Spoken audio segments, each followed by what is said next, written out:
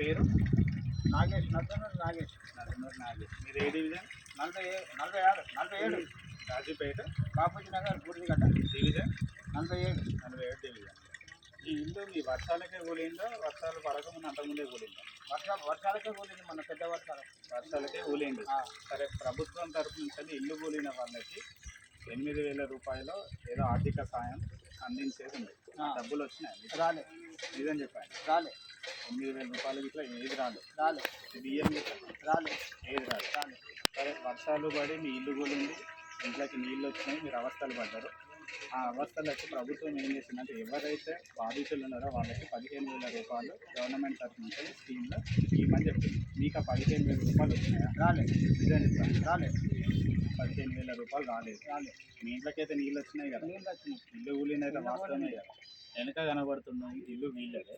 ఇల్లు కూలింది, వర్షాలు నీళ్ళకి ఇంట్లోకి వచ్చి ఆ ఇల్లు గోడలు అంతా డ్యామేజ్ అయిపోయి ఇల్లు కూలిపోయింది. గవర్నమెంట్ తరఫు నుంచి రావాల్సింది ఇది మీకు 7,000 అది రాలేదు. గవర్నమెంట్ చేయాల్సిన సహాయం బియ్యమో అది కూడా చేయలేదు.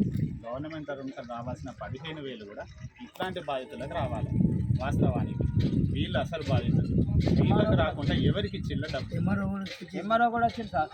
ఎంఆర్ఓ వచ్చిండు, కార్పొరేటర్ వచ్చిండు, ఆ సివిల్ వాళ్ళందరూ వచ్చిండు. కానీ 7,500 రూపాయలు నీ బ్యాంకులో అకౌంట్ ఉందా అంటే ఉన్నదన్న. 7,500 రూపాయలు నీ అకౌంట్లో పడతాయి, 50 కిలోల బియ్యం ఇస్తారని చెప్పేసి అని ఎంఆర్ఓ కూడా ఇక్కడ ఇంటి ముందు మాట్లాడిపోయింది. మళ్ళీ ఆఫీస్లోనాక కూడా ఇచ్చారు అని చెప్పేసి నీ అకౌంట్లో పడతాయి అన్నారు. కానీ ఇంతవరకు 1 రూపాయలు 7 గింజలు బియ్యం రాలే, డబ్బులు రాలే. రాజకీయ నాయకులు వచ్చి ఫోటోలు దిగి అంత పెంచి ఇంతవరకు ఇంకేం రాలేదు. ఇందిరమ్మ ఇల్లుకి ఇట్లా ఏది రాదు. ఇందిరమ్మ ఇల్లు కూడా రాలేదు. వస్తుందని అన్నారు. ఇప్పుడు ఎలక్షన్లు అంట కదా, వస్తుంది మీకు అని చెప్పేసి అంటాను. కానీ మరి ఎప్పుడైతే ఇప్పుడు మీరు కాంగ్రెస్ ప్రభుత్వానికి ఎన్ని సంవత్సరాల నుంచి మీరు పనిచేస్తున్నారు? నా ఓటు వచ్చినప్పటికెళ్ళి ఎన్ని సంవత్సరాలు అందాజు? ఇప్పుడు నాకు 63 అంటే ఓటు హక్కు వచ్చినప్పటికీ మీరు కాంగ్రెస్ జెండానే మోస్తున్నారు. ఇంతవరకు ఏ జెండా మోయలేదు. ఇది కాంగ్రెస్ ప్రభుత్వానికి వీళ్ళు ఇచ్చిన విలువ. అసలు బాధితులు వీళ్ళు. గమనించండి ఇప్పుడైనా ప్రభుత్వం.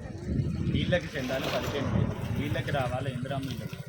ఈయన కాంగ్రెస్ కార్యకర్త, వీళ్ళకే ఇంత అన్యాయం జరుగుతూ ఉంది. దయచేసి ప్రభుత్వం గుర్తించండి, కరెక్ట్గా ఎంక్వైరీ చేయండి. అసలైన బాధితులకి 15,000 రూపాయలు చెందేలా చేయాలి.